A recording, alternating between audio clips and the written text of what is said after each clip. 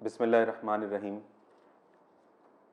Joy of Urdu کی جانب سے آپ سب کو آج شام کی اس محفل میں کہ جب ہم غالب کی کچھ غزلیں اور ایک غزل کے بارے میں ایک جائزہ پڑھیں گے، آپ سب کو خوش آمدید۔ ابتدا میں جوائے آف اردو کا ایک مختصر سا تعارف آپ کے سامنے پیش کرتا چلوں۔ جوائے آف اردو ایک بائلنگول آرگنائزیشن ہے کہ جو اردو زبان کے فروغ کے لیے کام کر رہی ہے۔ اردو زبان کے فروغ کے لیے ہونے والے بہت سے جو اقدامات مختلف لوگ کر رہے ہیں، اس میں ایک چھوٹا سا حصہ ہم بھی ڈالنے کی کوشش کر رہے ہیں۔ Joy of Urdu reading groups ہمارا ایک یہ انیشیٹو ہے جو کہ نہ صرف پاکستان کے بہت سے شہروں میں بلکہ دنیا بھر کے بہت سے شہروں میں چل رہا ہے، جس کو بہت سے والنٹیئرز کی مدد سے ہر جگہ پہ چلایا جاتا ہے۔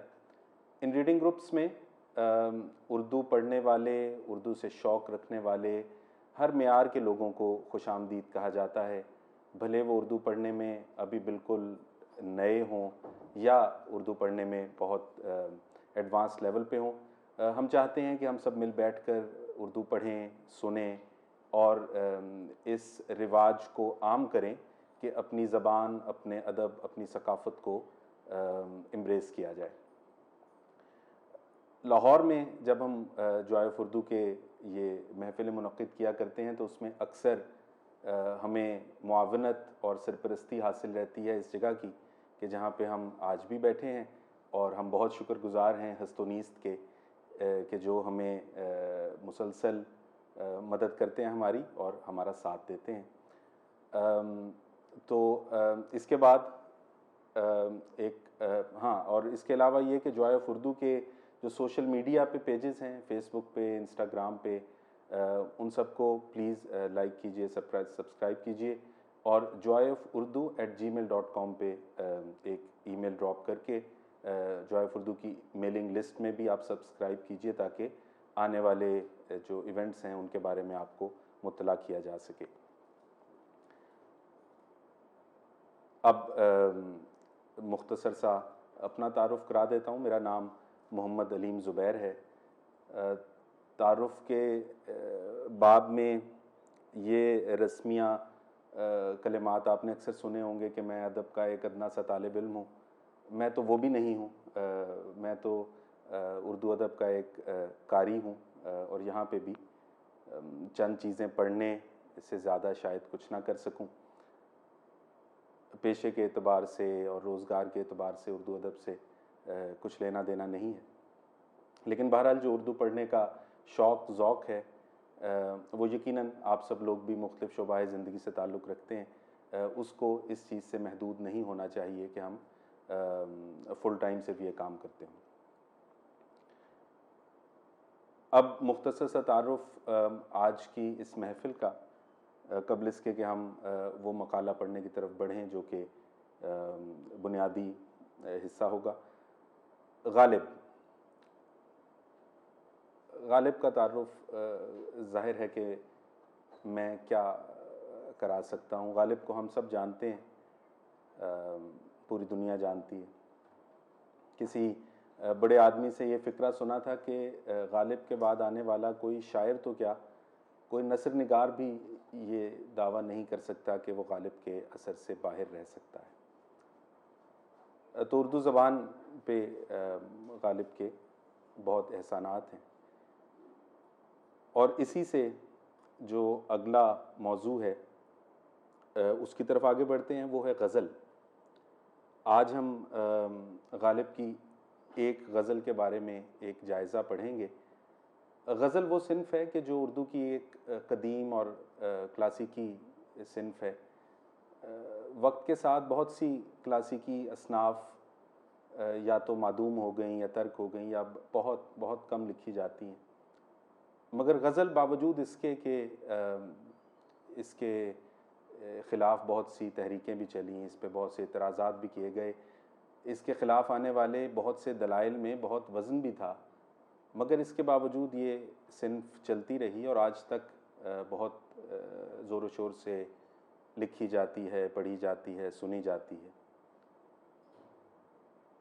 تو آج جو ہم یہ مقالہ پڑھیں گے یہ فیض احمد فیض صاحب نے ایک غزل کے بارے میں ایک جائزہ سا لکھا. اس کو تشریح نہیں کہوں گا. ایک بلند پائے شاعر تھے فیض صاحب, ان کا لکھا ہوا یہ جائزہ پڑھتے ہیں اور اس کے بعد اس سلسلے میں آپ کی کوئی رائے, کوئی تبصرہ ہوا تو ان چیزوں کی طرف بھی آگے بڑھیں گے. اور غالب کی کچھ اور غزلیں پڑھنے سننے کا جی چاہا تو وہ بھی.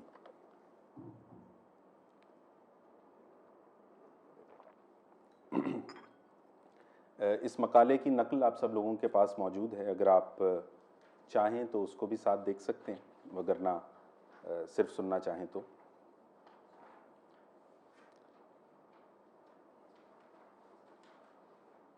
غالب کے شعر ذات اور فکر کے عمومی پہلوؤں پر اس قدر تفصیل سے اور اتنا کچھ لکھا جا چکا ہے کہ اس پر اضافہ شاید محال ہو.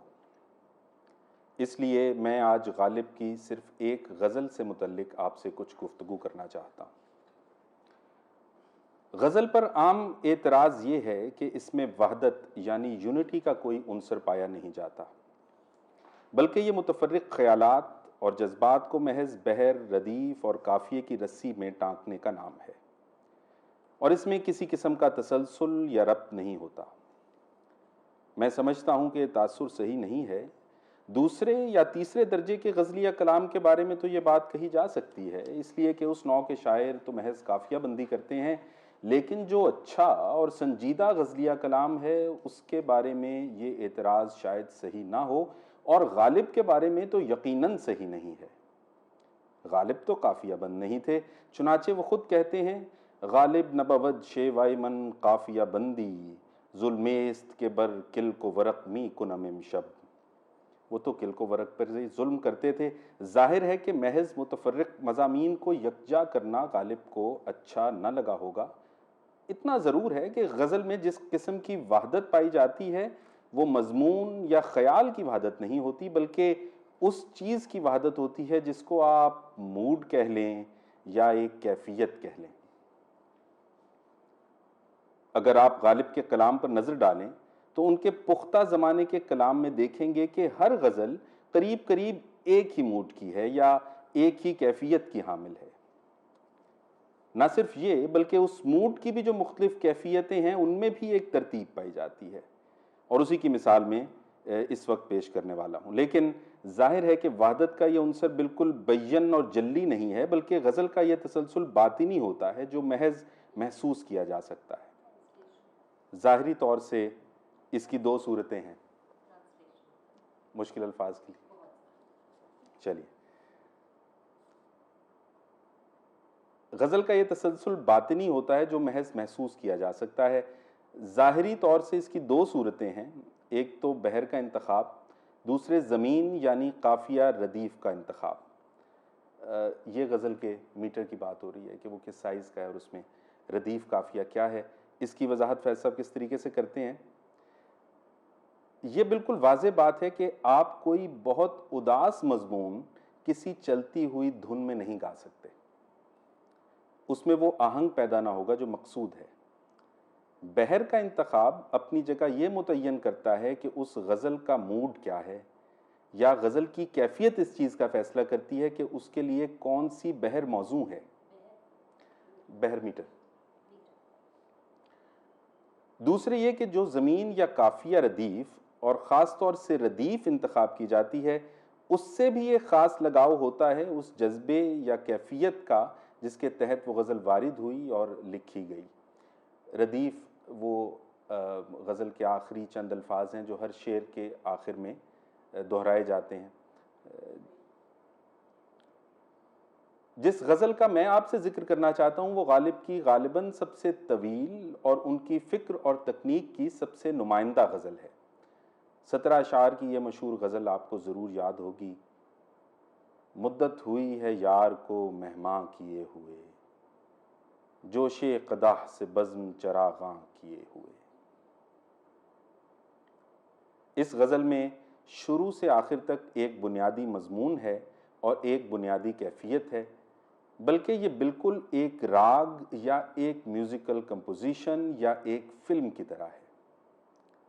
اس کے مختلف ٹکڑے سیکوینس ہیں جن کی اپنی جگہ الگ الگ ایک ترتیب بھی ہے اور اپنی اپنی جگہ ان کی ایک الگ نوعیت بھی ہے۔ میں نے اس پوری غزل کو اس طرح تقسیم کیا ہے۔ پہلے تو اس کا مطلع ہے، اسے آپ موسیقی کی زبان میں یوں کہہ لیں کہ مطلع سے کھرج کا سر قائم کیا گیا ہے یا اس سے تمہید قائم کی گئی ہے اس ساری کیفیت کی جو کہ بعد میں تحریر میں آئی ہے، یا اس کو بنیادی موضوع کہہ لیجئے۔ مدت ہوئی ہے یار کو مہماں کیے ہوئے، جوش قدح سے بزم چراغاں کیے ہوئے۔ اس شعر میں سوچنے کی بات یہ ہے کہ مدت ہوئی ہے یار سے ملے ہوئے یا یار سے خلوت میں ملاقات کیے ہوئے نہیں، بلکہ یار کو مہمان کیے ہوئے مدت گزر چکی ہے۔ مہمان کا جو لفظ استعمال کیا گیا ہے اس کے دو پہلو غور طلب ہیں۔ ایک تو یہ کہ کسی اجنبی کو یا کسی ایسے شخص کو مہمان نہیں رکھا جاتا جس سے کبھی کبھار ملاقات ہوئی ہو، مہمان تو اسی کو رکھا جاتا ہے جس سے کافی میل ہو، جس سے ایک پرانا رابطہ ہو، جس سے بے تکلفی کا ایک رشتہ ہو۔ چنانچہ غالب محبوب سے تخلیے میں ملاقات یا محبوب سے وصال کا ذکر نہیں کر رہے ہیں، بلکہ ایک تو وہ ایسے شخص کا ذکر کر رہے ہیں جس سے پرانا تعلق خاطر ہے، بے تکلفی ہے، جس کا آنا جانا ہے اور جس سے محض ملاقات نہیں بلکہ جس کی مہمانی مقصود ہے۔ مہمانداری کا اپنا ایک لطف ہے جو کہ ملاقات کے لطف پر مستزاد ہے۔ دوسرا پہلو اس سے بڑھ کر ہے۔ دوسرا پہلو جس کی طرف میں آپ کی توجہ مبذول کرانا چاہتا ہوں، یہ کہ یار یا محبوب کی یہ مہمانداری تخلیے میں نہیں ہے بلکہ جوش قدح سے بزم چراغاں کیے ہوئے ہے۔ بات یہ نہیں ہے کہ کوئی اکیلا ملنے کے لیے آیا ہوا ہے، بلکہ محفل ہے، بزم ہے، اور غالب جس چیز کو یاد کر رہے ہیں وہ وصال یار نہیں بلکہ محفل یاراں ہے۔ انہیں محبوب کے بچھڑ جانے کا نہیں بلکہ محفل کے اجڑ جانے کا دکھ ہے۔ جس بات کے لیے غالب اداس ہیں اور جسے وہ یاد کر رہے ہیں وہ ایک ذاتی ملاقات یا کسی سے ان کے ذاتی تعلق کا ذکر نہیں ہے، بلکہ وہ تو ایک پورے طریقے زندگی اور بساط محفل اور پورے نظام زندگی کا رونا ہے جس کو وہ اس غزل کے بعد کے اشعار میں بیان کرتے ہیں۔ یہ غالب کی ذاتی کیفیت نہیں تھی، یہ اس زمانے کے معاشرے کی اجتماعی کیفیت تھی۔ غالب ایک خاص نظام حیات اور طریقے زندگی سے واقف تھے۔ انگریزوں کے آنے اور ملک کے غلامی میں چلے جانے کی وجہ سے وہ پرانا نظام، زندگی کے طریقے اور پرانے آداب محفل رخصت ہو چکے تھے اور ان کی جگہ کوئی نیا نظام یا زندگی کے نئے آداب وضع نہیں ہوئے تھے۔ چنانچہ 19ویں صدی میں 1857 کے ہنگاموں سے پہلے اور ان ہنگاموں کے بعد کا جو زمانہ ہے اور اس زمانے کے لوگوں کی جو اجتماعی، دماغی اور جذباتی کیفیت ہے اسے ایک طریقے سے غالب نے شعر میں بیان کیا ہے کہ مدت سے وہ محفلیں نہ رہیں، وہ آداب باقی ہیں، نہ وہ آداب باقی ہیں اور نہ وہ یار دوست بچے ہیں جن کی وجہ سے ہماری زندگی میں شادابی اور انبساط کے سامان بہم تھے۔ بزم چراغاں کیے ہوئے والی تمہید کے بعد کرتا ہوں جمع پھر جگر لخت لخت کو سے پہلا سیکوینس شروع ہوتا ہے۔ آپ لوگوں کے پاس یہ غزل بھی موجود ہے اور اس میں ان تین سیکوینس کو میں نے نشاندہی اس کی کر رکھی ہے۔ بزم چراغاں کیے ہوئے والی تمہید کے بعد کرتا ہوں جمع پھر جگر لخت لخت کو سے پہلا سیکوینس شروع ہوتا ہے، یعنی مطلع کے بعد کے 7 اشعار کا ایک سیکوینس۔ اس کے بعد دوسرا سیکوینس یا ٹکڑا ہے 6 اشعار کا جو پھر شوق کر رہا ہے خریدار کی طلب سے شروع ہو کر ایک نو بہار ناز والے شعر تک ہے۔ اس کے بعد غزل کے آخری 3 شعر ہیں جو کہ گویا ایک اختتامیہ ہے۔ ابھی میں عرض کر چکا ہوں کہ محفل کے برہم ہو جانے اور دوستوں کے بچھڑ جانے کی وجہ سے غالب غمگین ہیں، اداس ہیں، کیونکہ انہی سے غالب کی زندگی میں رونق تھی۔ پہلا سیکوینس کرتا ہوں جمع پھر جگر لخت لخت کو والے شعر سے شروع ہو کر پندار کا صنم کدا ویراں کیے ہوئے والے شعر پر ختم ہوتا ہے۔ کرتا ہوں جمع پھر جگر لخت لخت کو عرصہ ہوا ہے دعوت مژگاں کیے ہوئے. جب برہم شدہ محفل غالب کو یاد آتی ہے تو ان کا جی چاہتا ہے کہ وہ کیفیت جو کہ محفل کے زمانے میں ان کے قلب و دماغ پہ تھی، اور وہ پرانا موڈ اور جذبہ پھر کسی طریقے سے دوبارہ وجود میں لایا جائے، تاکہ اس کے اپنے آپ پر دوبارہ وارد ہونے سے شاید وہ پرانی محفل کسی طرح واپس آ جائے. اس سیکوینس کے باقی شعر اسی مضمون پہ ہیں کہ وہ شوق، وہ حسرت، وہ طلب اور وہ ہوس جو پرانی محفل کے لوازمات میں سے تھے، انہیں اپنے آپ پر دوبارہ طاری کیا جائے. چنانچہ کرتا ہوں جمع پھر جگر لخت لخت کو، عرصہ ہوا ہے دعوت مژگاں کیے ہوئے. الگ الگ ٹکڑا تو کوئی چیز محسوس نہیں کرتا، اس لیے پہلے تو جگر کے ان الگ الگ ٹکڑوں کو یکجا کریں تاکہ اس میں درد کی کوئی ٹیس اٹھے اور اس کی وجہ سے آنکھیں نم ہوں، اور جب آنکھیں نم ہوں تو پھر وہ محفل کم از کم یاد ہی میں تازہ ہو جائے. اس کے بعد کا شعر ہے، پھر وضع احتیاط سے رکنے لگا ہے دم، برسوں ہوئے ہیں چاہ کے گرے باں کیے ہوئے. کہتے ہیں ایک زمانے سے صبر اور احتیاط کا دامن ہم نے پکڑ رکھا ہے، اب یہ دامن کسی طریقے سے چھوڑیں اور پھر اپنا گریباں چاک کریں تاکہ جنون، وجد اور وجدان کی جو کیفیت اس محفل میں ہوتی تھی وہ لوٹ آئے. اس شعر پر غور فرمائیے، پھر گرم نالہ ہائے شرر بار ہے نفس، مدت ہوئی ہے سیر چراغاں کیے ہوئے. یعنی اپنے نطق سے الفاظ کے بجائے شعلے برسنے لگیں تاکہ ان شعلوں سے اس جذبے اور شوق کی کیفیت پیدا ہو جو کہ اس محفل سے وابستہ تھی. اور اب یہ شعر بھی آپ کی توجہ کا طالب ہے اور بڑا مشہور شعر ہے، تو کہ پھر پرسش جراحت دل کو چلا ہے عشق، سامان 100,000 نمکداں کیے ہوئے. یہاں غالب کہتے ہیں کہ پھر دل کے زخموں پہ نمک چھڑکیں اور اس سے اتنا درد ہو کہ شوق کی پرانی کیفیت واپس آ جائے. اسی طرح کے یہ 3 شعر بھی ہیں، پھر بھر رہا ہے خامہ مژگاں بخون دل، سازے چمن درازیے داماں کیے ہوئے. باہم دگر ہوئے ہیں دل و دیدہ پھر رقیب، نظارہ و خیال کا ساماں کیے ہوئے. دل پھر طواف کوئے ملامت کو جائے ہے، پندار کا صنم کدا ویراں کیے ہوئے. جی جی جی میں واپس آتا ہوں، میں اپنے سیکوینس کو نہیں توڑ رہا تھا. پھر گرم نالہ ہائے شرر بار ہے نفس. نفس سانس ہے، نالہ ہائے شرر بار وہ آہیں ہیں کہ جن میں آگ بھری ہوئی ہے.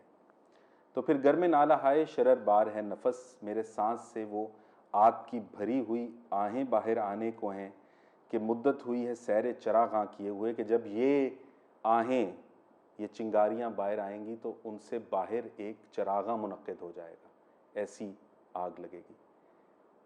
اب اس شعر کا میں دوبارہ پڑھتا ہوں اور پھر اس سے اگلی سطریں. پھر گرم نالہ ہائے شرر بار ہے نفس، مدت ہوئی ہے سیر چراغاں کیے ہوئے. یعنی اپنے نطق سے، اپنے منہ سے، اپنے نطق سے الفاظ کے بجائے شعلے برسنے لگیں تاکہ ان شعلوں سے اس جذبے اور شوق کی کیفیت پیدا ہو جو کہ اس محفل سے وابستہ تھی.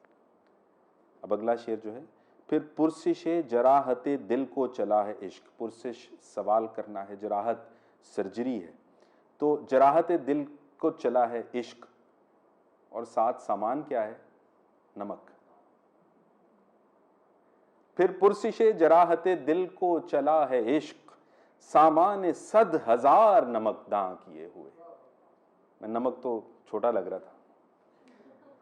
تو پھر پرسش جراحت دل کو چلا ہے عشق، سامان 100,000 نمکداں کیے ہوئے. یہاں پہ ایک بریک لے کے اپنا ایک تبصرہ بھی بڑھاتا چلوں کہ بڑی شاعری میں صرف الفاظ اور معنی نہیں ہوتے، اس کے علاوہ تصویریں اور آوازیں بھی ہوتی ہیں.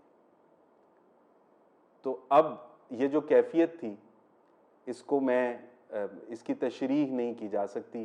کوشش کرتا ہوں کہ اس پڑھنے سے وہ سمجھ آئے جو اس درد کی وسعت ہے کہ پھر پرسش جراحت دل کو چلا ہے عشق، سامان 100,000 نمکداں کیے ہوئے۔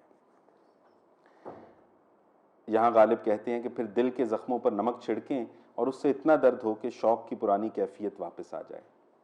اس طرح کے یہ 3 شعر بھی ہیں۔ اب اگلے 3 شعر کے مشکل الفاظ سمجھانے میں مجھے بھی دقت ہوگی۔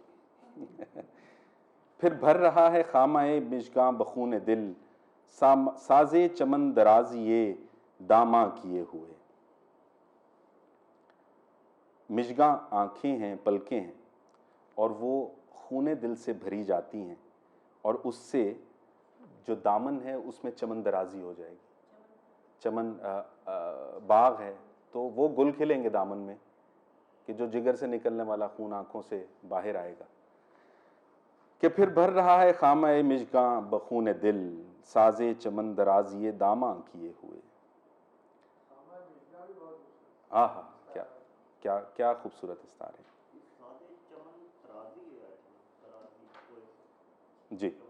جی غالباً یہاں پہ میرے پاس شاید اس میں شاید املا کی غلطی ہو، اس کو بعد میں چیک کرتے ہیں، 1-2 دیوان اور ہیں۔ اب دیکھیے کہ اب اس سے اگلے شعر میں 2 رقیب ہیں۔ باہم دگر ہوئے ہیں دل و دیدہ پھر رقیب۔ دل و دیدہ کو رقیب بنا دیا ایک دوسرے کا۔ دوسرے مصرے میں وضاحت ہوگی کہ کس وجہ سے، کہ نظارہ و خیال کا سامان کیے ہوئے، کہ دیدے کے لیے نظارہ ہے اور دل کے لیے خیال ہے۔ تو یہ ایک کشمکش دل و دیدہ میں، آنکھ اور دل میں کشمکش ڈالی۔ باہم دگر ہوئے ہیں دل و دیدہ پھر رقیب، نظارہ و خیال کا سامان کیے ہوئے۔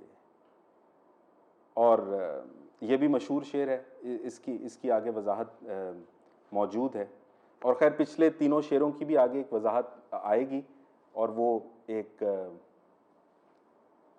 ایسے فلو میں آئے گی کہ اس کو آپ اس سے لطف اٹھائیں گے۔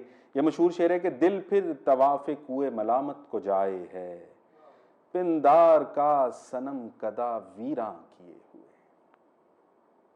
پہلے تو صرف اس شعر کا لطف ایک دفعہ پھر پڑھ کے لیں، پھر دیکھتے ہیں کہ اس کی تشریح کس طرح سے ہے کہ دل پھر طواف کوئے ملامت کو جائے ہے، پندار کا صنم کدا ویراں کیے ہوئے۔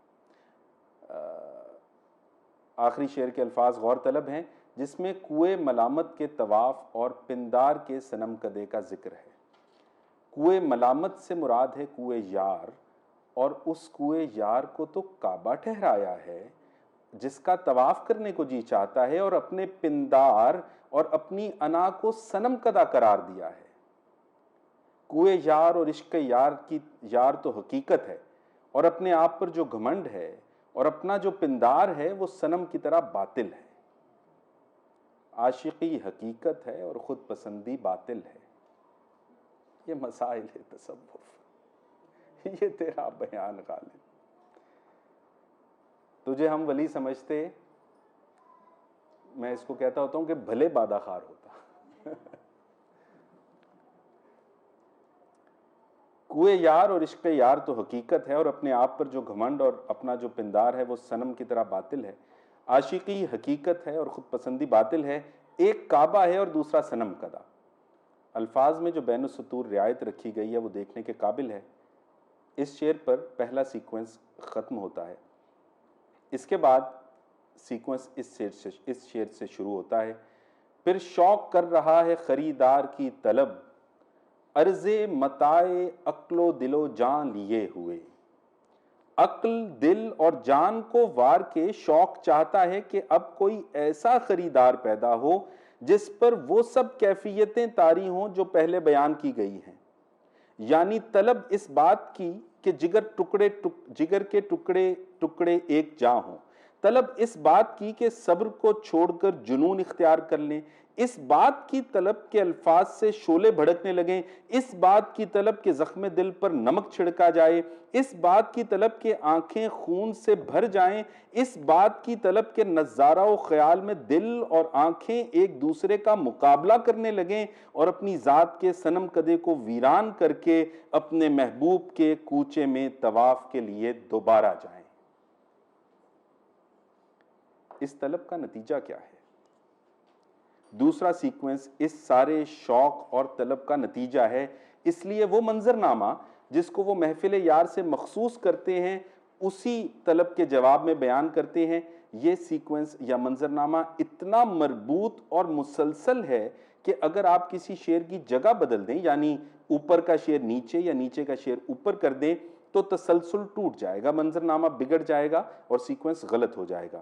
نہ صرف غالب کی اس غزل میں بلکہ ہر سیکوینس کے اشعار میں تسلسل اور ربط ہے۔ چنانچہ دوڑے ہے پھر ہر ایک گل و لالہ پر خیال، صد گلستاں نگاہ کا ساماں کیے ہوئے۔ یہ اب وہ تصویر ہے شعر میں، دوڑے ہے پھر ہر ایک گل و لالہ پر خیال، صد گلستاں نگاہ کا ساماں کیے ہوئے۔ یہ تو لینڈ اسکیپ ہے، بیک گراؤنڈ۔ اس میں غالب بتاتے ہیں دنیا ایک گلستان ہے، ہر طرف پھول کھلے ہوئے ہیں اور ہر پھول نہایت حسین اور خوبصورت ہے۔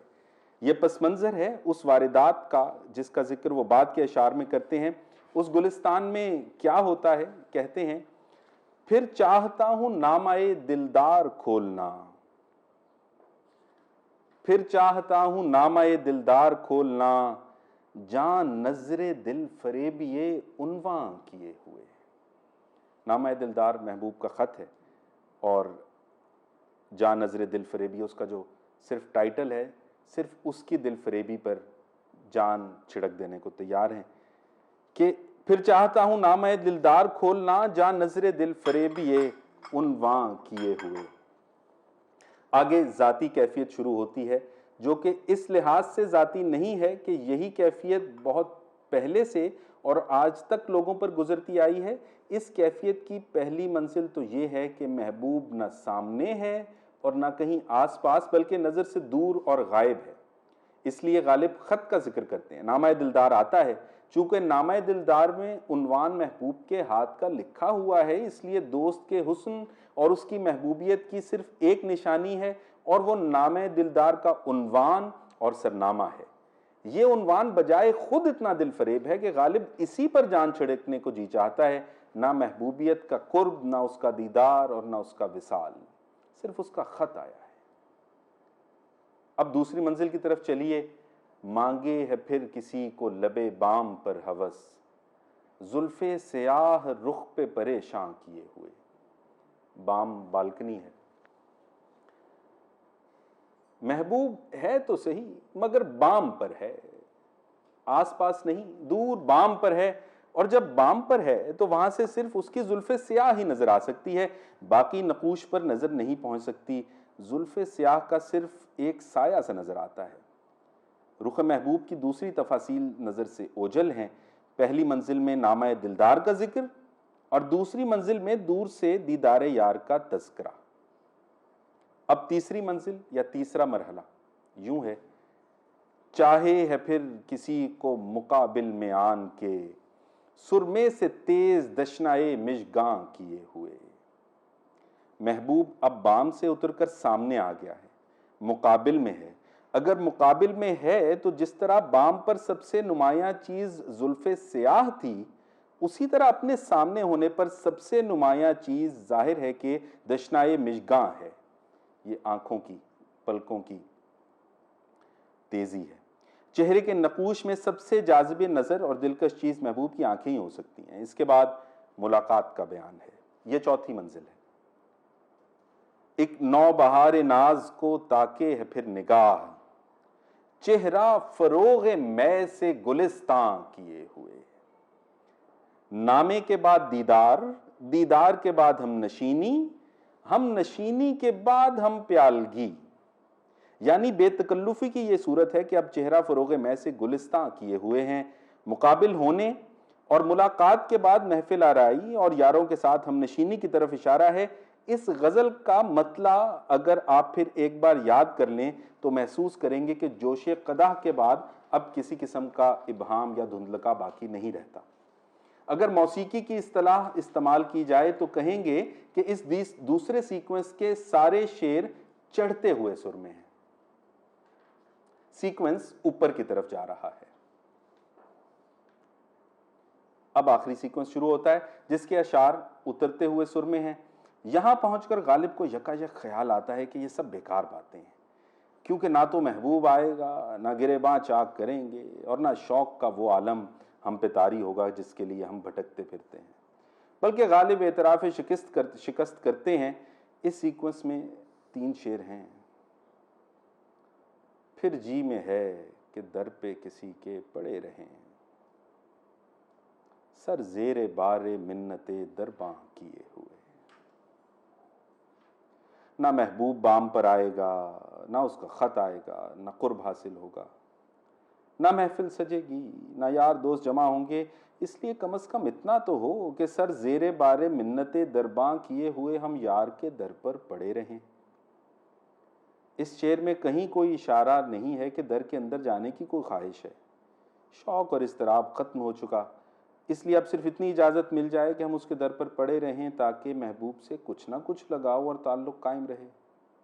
اگر یہ بھی نہیں ہو سکتا تو جی ڈھونڈتا ہے پھر وہی فرصت کے رات دن، بیٹھے رہیں تصور جانا کیے ہوئے۔ اگر در جانا بھی میسر نہیں ہے تو پھر اتنا تو ہو اور اتنی فرصت تو ملے کہ ہم تصور جانا ہی کیے بیٹھے رہیں، اس سے لو لگائے رکھیں۔ غور فرمائیں کہ در پر پڑے رہنے والا شعر بعد میں اور تصور جانا والا شعر پہلے لکھ دیا جائے یا بیان کیا جائے تو نہ صرف اس کے تسلسل میں بلکہ ساری کیفیت اور واردات میں فرق آ جائے گا۔ آخر میں غالب نتیجہ یہ نکالتے ہیں، غالب ہمیں نہ چھیڑ کہ پھر جوش اشک سے بیٹھے ہیں ہم تہیّائے طوفاں کیے ہوئے۔ غالب یہ سب فضول باتیں ہیں، کیوں یہ قصے چھیڑتے ہو، کیوں محبوب کی یاد دلاتے ہو، کیوں محفل کا ذکر کرتے ہو، جانے دو ان تمام باتوں کو، اب اس کے سوا کوئی چارہ نہیں کہ ہم تہیّائے طوفاں کر لیں، رونا دھونا کر لیں، دل کا بخار ہلکا کر لیں، اب کچھ ہونا ہوانا نہیں ہے۔ اس لیے غالب بہتر یہی ہے کہ ان سارے ذکر اذکار سے اجتناب کرو تاکہ یہ طوفان تھم جائے، ختم ہو جائے۔ بہت سی باتیں اور تشریحیں طوالت کی وجہ سے نظر انداز کرتے ہوئے بس ایک مختصر سا جائزہ آپ کے غور و فکر کے لیے پیش کیا ہے۔ میرے بیان کیے ہوئے ربط کے نقطہ نگاہ سے غالب کی کسی بھی مشہور غزل کو پڑھیے، اس میں آپ کو اس قسم کا کوئی نہ کوئی تسلسل ملے گا، اور وہ تسلسل ایک کیفیت کا یا ایک کیفیت کے مختلف اجزاء یا اس کے مختلف پہلوؤں کا ملے گا، اور ایک سے زیادہ صورتوں میں ملے گا۔ اس نقطہ نظر سے اگر آپ کلام غالب کا دوبارہ مطالعہ اور تجزیہ کریں تو اور بہت سے نکات جو پہلے شاید آپ کے ذہن میں نہ آئے ہوں اور مطالعہ کرنے کے بعد زیادہ روشن صورت میں نظر آئیں۔ شکریہ۔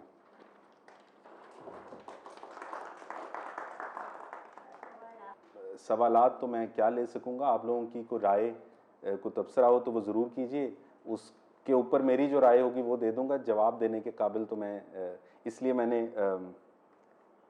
پڑھ دیا جو فیض صاحب نے لکھا تھا، جو تھوڑا بہت سمجھانے میں کچھ کوشش کی، شاید اس سے کچھ فائدہ ہو گیا تو جی۔ نہیں، میں نے تو یہ دیوان اٹھا لیا ہے، میں کچھ نہ کچھ اشعار پڑھ دوں گا، اس کے بعد پڑھنے والے اشعار کی ظاہر ہے غالب تو پڑھتے رہیں جب تک پڑھتے رہیں، لیکن پہلے اگر ہم اس غزل کے بارے میں یا اس جو انداز تھا اس کے تجزیے کا، اس کے بارے میں کوئی بات کرنا چاہیں تو وی کین ڈو دیٹ۔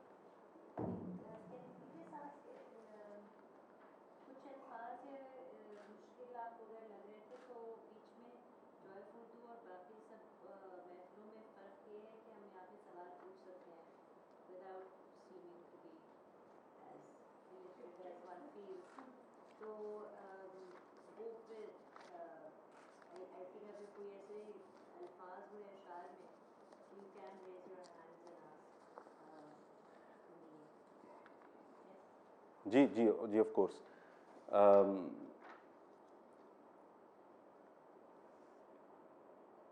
میں کچھ عرض کر دیتا ہوں کسی بھی شاعری کی, اور اس غزل کے حوالے سے بات کرتے کرتے بھی یہ خیال ذہن میں آیا کہ کسی بھی شاعری کی تشریح کی جانی چاہیے یا نہیں, یا تشریح سے کیا حاصل کیا جا سکتا ہے, اس پر بہت سی بات ہوتی ہے, بحث ہوتی رہی ہے.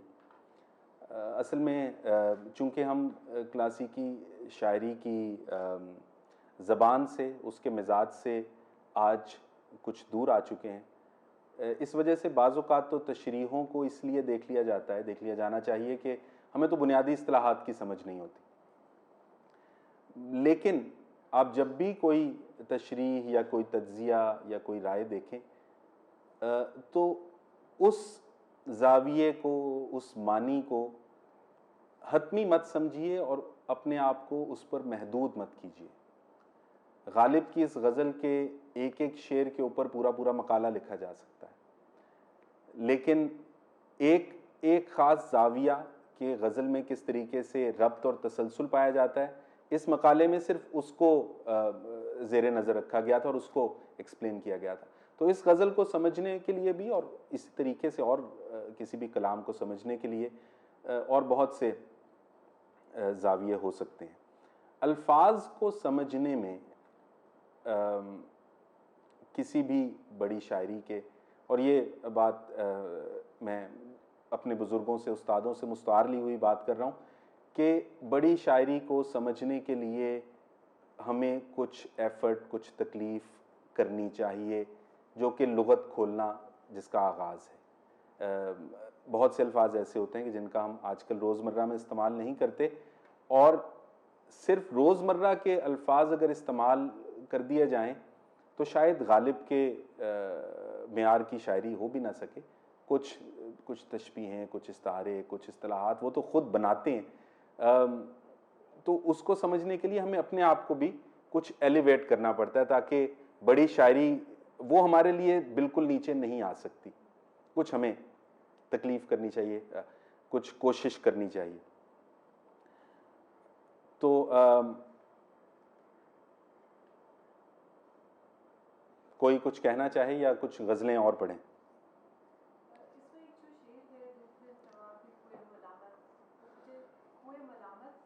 جی, ملامت ہے روک ٹوک, منع کرنا. کوئے ملامت وہ ہے کہ وہ جگہ جدھر جانے سے ملامت کی جاتی ہے کہ نہیں جانا, جدھر جانے سے منع کیا جا رہا ہے. اور منع کون کر رہا ہے؟ عقل. پندار ہے عقل, پندار عقل کامن سینس ذات ہے. تو پھر دل پھر طواف کوئے ملامت کو جائے ہے, پندار کا صنم کدا ویراں کیے ہوئے, اس کو پوچھ نہیں رہے اور پھر اس کو ویران کر کے جائے جا رہے ہیں. اچھا, پہلے میں اس غزل کو ایک دوبارہ سے پڑھنے لگا ہوں تاکہ ایک تسلسل سے ہم غزل پڑھیں. ایک اور بات عرض کرتا ہوں, اگین یہ میری ذاتی بات نہیں ہے, میں دوسروں کی کہی ہوئی بات دہرا تو سکتا ہوں, اس کا اچھی بات کا کریڈٹ بلا وجہ نہیں لے سکتا. کہ بڑی شاعری کو, اچھی شاعری کو درست طریقے سے سمجھ نہ سکنا کوئی شرمندگی کی بات نہیں ہے, لیکن اس کو اپریشیٹ ہی نہ کر سکنا یہ افسوس کی بات ہے. غالب کے کلام کو ساری عمر لگ جاتی ہے لوگوں کو سمجھنے میں. غالب اتنے بڑے اور اتنے خوش نصیب شاعر بھی آج تک خیر اپنی زندگی میں شاید نہیں تھے کہ جتنی تشریحیں, جتنا کام, جتنی کتابیں, جتنے ادارے ان کے نام پہ 150-200 سال بعد تک چل رہے ہیں, شاید کسی اور پر نہ چلے ہوں. یعنی کہ اتنا اس میں مواد موجود ہے کہ سینکڑوں مصنف, ہزاروں کتابیں, درجنوں ادارے, اسے ایک دیوان اور خطوط بس. تو اب جب میں اس کو پڑھوں گا تو اب ہم یہ کوشش کرتے ہیں کہ اب ہم صرف وہ اس میں تو جب ہم اس سیکوینس میں پڑھے تھے ظاہر ہے ساتھ میں ایکسپلینیشنز کا بریک آ رہا تھا اور ایک ربط نہیں تھا. اب ہم ایک فلو میں پڑھتے ہیں. اب کوئی مشکل الفاظ نظر آئیں تو ان کو بھی نوٹ کر لیجئے گا, ہم ان کو بھی دیکھ سکتے ہیں. مدت ہوئی ہے یار کو مہماں کیے ہوئے, جوش قدح سے بزم چراغاں کیے ہوئے. کرتا ہوں جمع پھر جگرے لخت لخت کو, عرصہ ہوا ہے دعوت مژگاں کیے ہوئے. پھر وضع احتیاط سے رکنے لگا ہے دم, برسوں ہوئے ہیں چاک گریباں کیے ہوئے.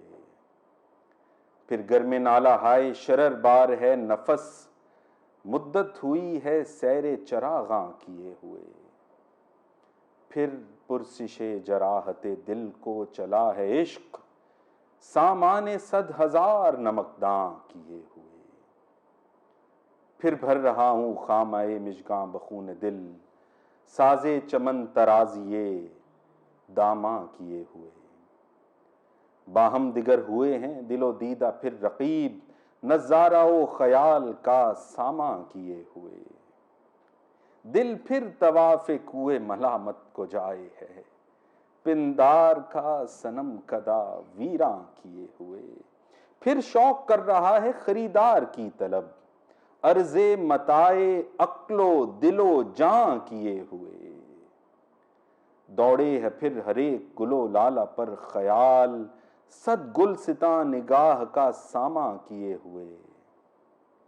پھر چاہتا ہوں نامہ دلدار کھولنا, جان نظر دل فریبی عنواں کیے ہوئے. مانگے ہے پھر کسی کو لب بام پر ہوس, زلف سیاہ رخ پہ پریشاں کیے ہوئے. چاہے ہے پھر کسی کو مقابل میں آرزو, سرمے سے تیز دشنائے مژگاں کیے ہوئے. ایک نوبہار ناز کو تاکے ہے پھر نگاہ, چہرہ فروغ مے سے گلستاں کیے ہوئے. پھر جی میں ہے کہ در پہ کسی کے پڑے رہیں, سر زیر بار منت درباں کیے ہوئے. جی ڈھونڈتا ہے پھر وہی فرصت کہ رات دن بیٹھے رہیں تصور جانا کیے ہوئے. غالب ہمیں نہ چھیڑ کہ پھر جوش اشک سے, بیٹھے ہیں ہم تہیہ طوفاں کیے ہوئے.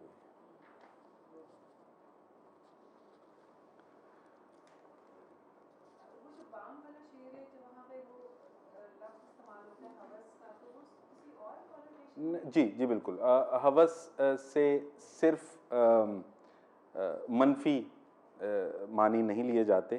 زبان و ادب میں ہوس سے طلب کے معنی مثبت صورت میں اکثر جگہ لیے جاتے ہیں. ہوس سے مراد طلب کی ایک شدید کیفیت ہے.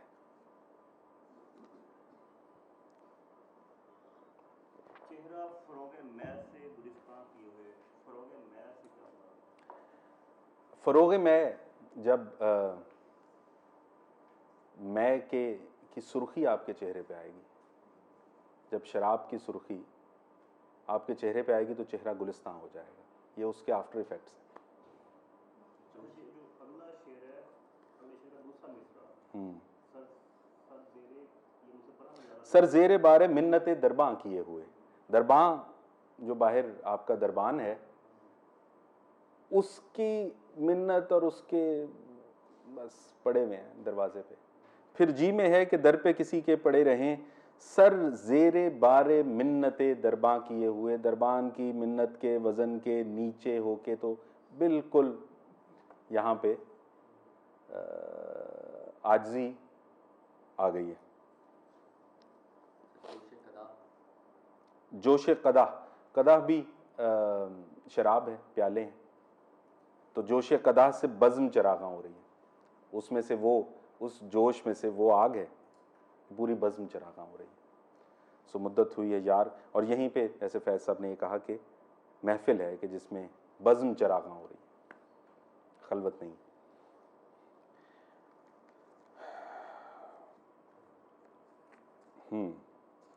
اب کچھ